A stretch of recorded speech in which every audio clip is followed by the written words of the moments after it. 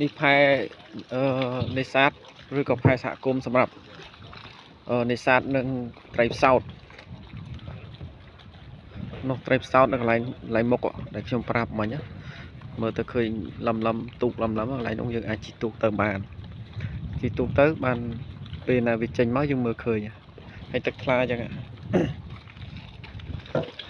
អរគុណ friend ជួយ subscribe ម្នាក់មួយផងបេះដូង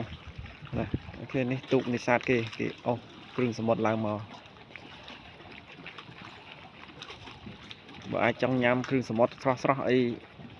ឆ្ងាញ់អីអាចមកទីនេះបាននៅសហគមន៍នេសាទផ្សោតនេះទូកគេសម្រាប់អស់នេសាទឡើងគ្រឿងសមុទ្រយកមកលក់នេះទូកហើយនេះកញ្ចុក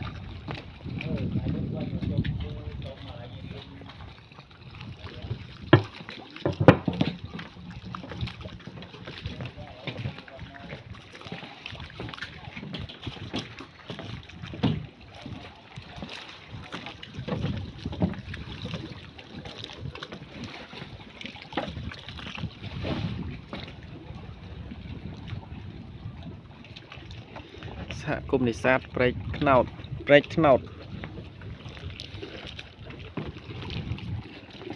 នេះផ្លូវមានទឹកកន្លកទឹកអីឥឡូវទឹកឡើងពេញផ្លូវស្អាត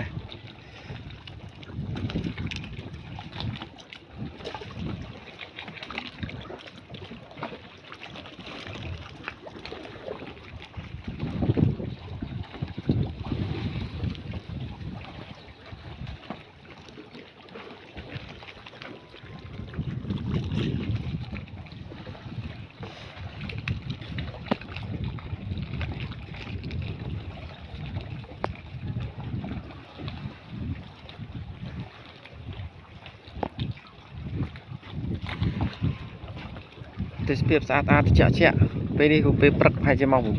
9ស្អាតត្រជាក់ត្រជាំមកនេះទូកនេសាទគេ friend ជួយ subscribe ម្នាក់មួយផងអរគុណដែលបានជួយ subscribe ដើម្បីជាកម្លាំងចិត្តមើលទេសភាពល្អៗនៅខេត្តកំពត